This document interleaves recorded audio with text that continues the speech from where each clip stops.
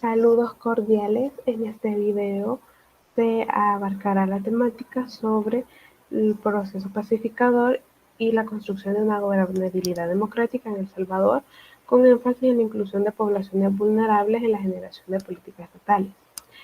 Como grupo pusimos el título sobre la hipocresía pacificadora, más escuchar la inclusión de políticas estatales de los menos escuchados y más nombrados.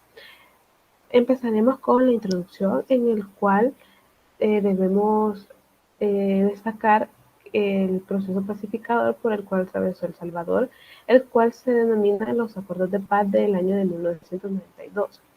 Asimismo, conociendo cómo se llegaron a crear esto a partir del conflicto armado el cual atravesó el país, también mencionando sus causas importantes, como por ejemplo el poder político de militares que existía en esa década, y que debido a esto no existía una democracia en el país. Bueno, inicialmente se debe de conocer de manera más amplia el suceso del conflicto armado dentro de El Salvador, el cual comenzó en 1980 y finalizó en 1992, en el cual se encontraba un régimen autoritario militar y las personas no confiaban en el sistema judicial, ya que tenía un predominio militar. La exclusión y los fraudes electorales también eran muy presentes, así mismo como la desigualdad social, entre otros. Este conflicto se establece cuando se crea el partido político Frente Farabundo Martí para la Liberación Nacional, partido denominado o más conocido como el FMLN, en el cual este anuncia su ofensiva general.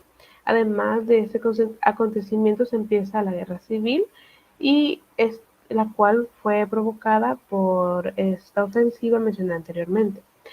La población civil fue la más afectada en esta década, principalmente porque era una población indefensa.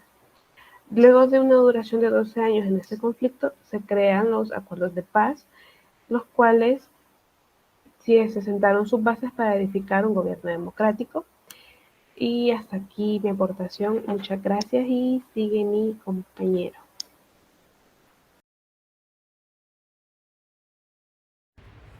En esos años nunca había estado tan presente la libertad de expresión y de prensa, la libertad de reunión y de asociación, las cuales permiten una formación de oposición política y el derecho de protesta.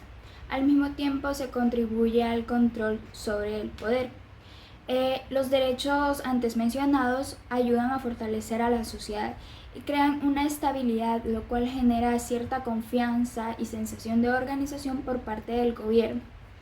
A pesar de que estos derechos empezaron a ser otorgados a las personas, también es bien sabido que seguía existiendo desigualdad. Por lo tanto, esto causó que varios sectores de la población fueran desplazados, lo cual les causaba que fuera muy difícil para ellos expresar sus opiniones e ideas y que además estas fueran escuchadas. Una revisión del proceso de implementación de los acuerdos de paz muestra con claridad que no se pudo cumplir el calendario tan optimista definido en Chapultepec.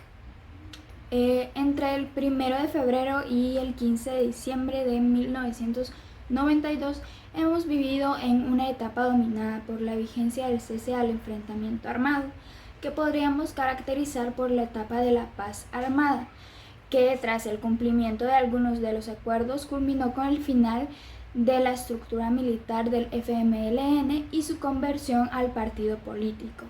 Sin embargo, esto no significa que se hubiera dado cumplimiento y seguimiento a todos los acuerdos firmados, sino más bien que se fueron recalendarizados en varias oportunidades.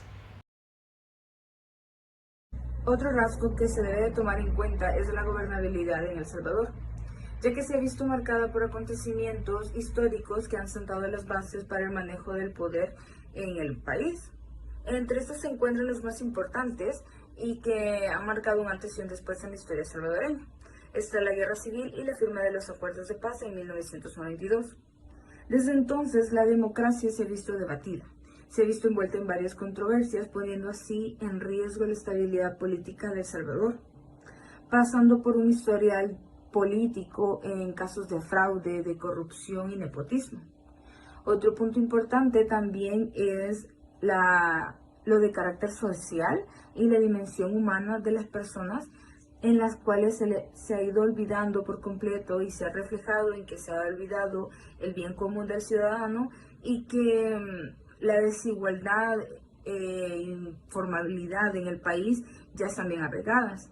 Además, la situación en cuanto a la participación ciudadana ha sido otro factor demasiado importante, y que ya que esta participación no se está realizando de manera idónea, pero que sigue representando una cierta cantidad regular y notable.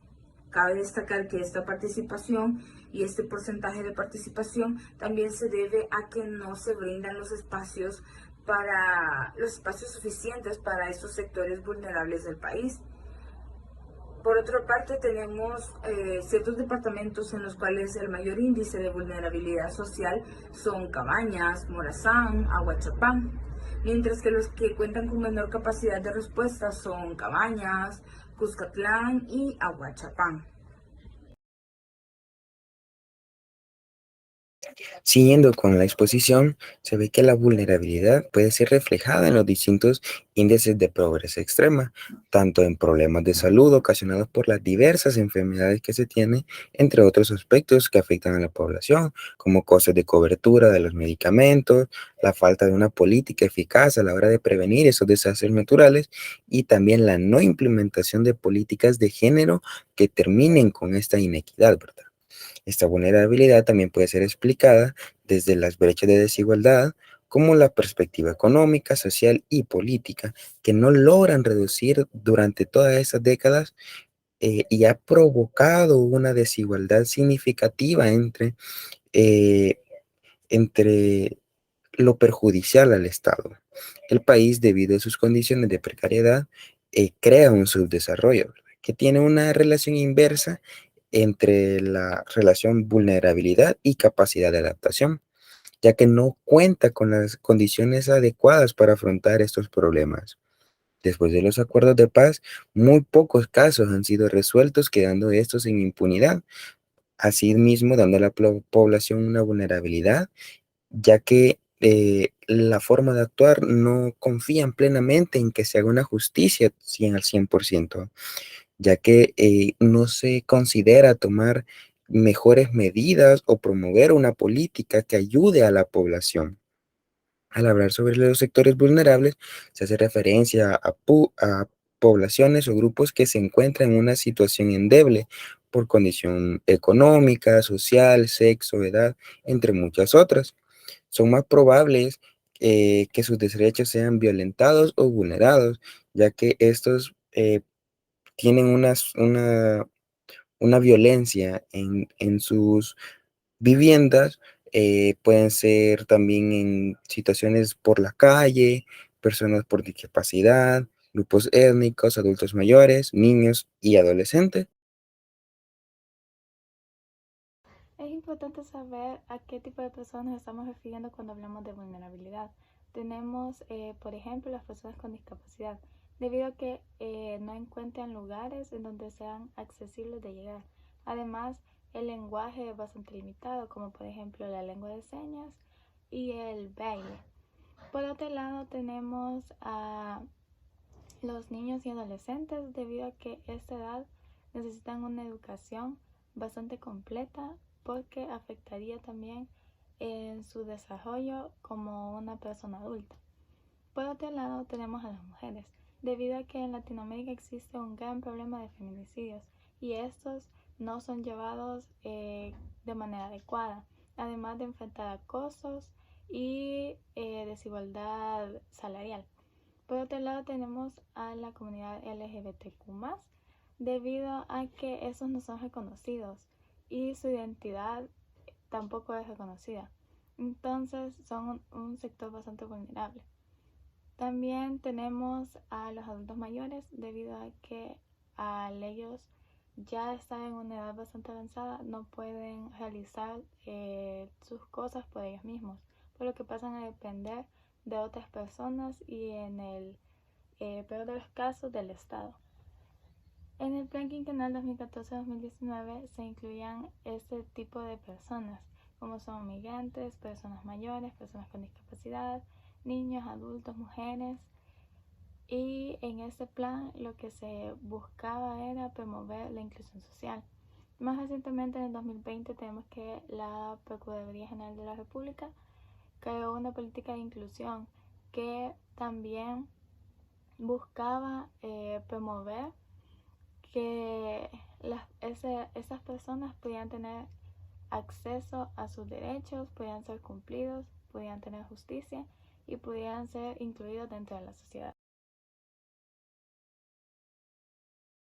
La inclusión e involucramiento de estos sectores y poblaciones vulnerables a lo largo del país constituye un desafío grande que debe de ser tomado, debido a que dicha inclusión ayudaría a construir una gobernabilidad democrática más equivalente y mejor ejecutada a la hora de tomar decisiones políticas que afecten a la sociedad salvadoreña, que además podría contribuir a que la política salvadoreña sea cada vez más eficiente y sobre todo competente, que tenga la capacidad de contribuir al desarrollo social mediante la habilitación de dichos espacios incluyentes.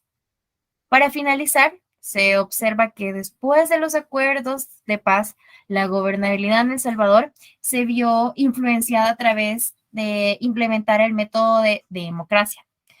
Asimismo, como el poder comenzaría a manejar de manera distinta, se empieza a notar la distinción del carácter social, económico y sobre todo el carácter político.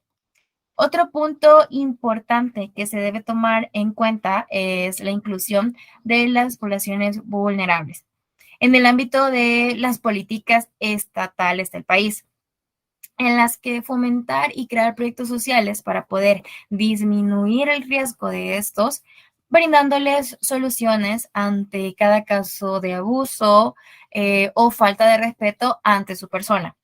Crear también actividades cotidianas y sobre todo resaltar las tradiciones que ellos aún conservan.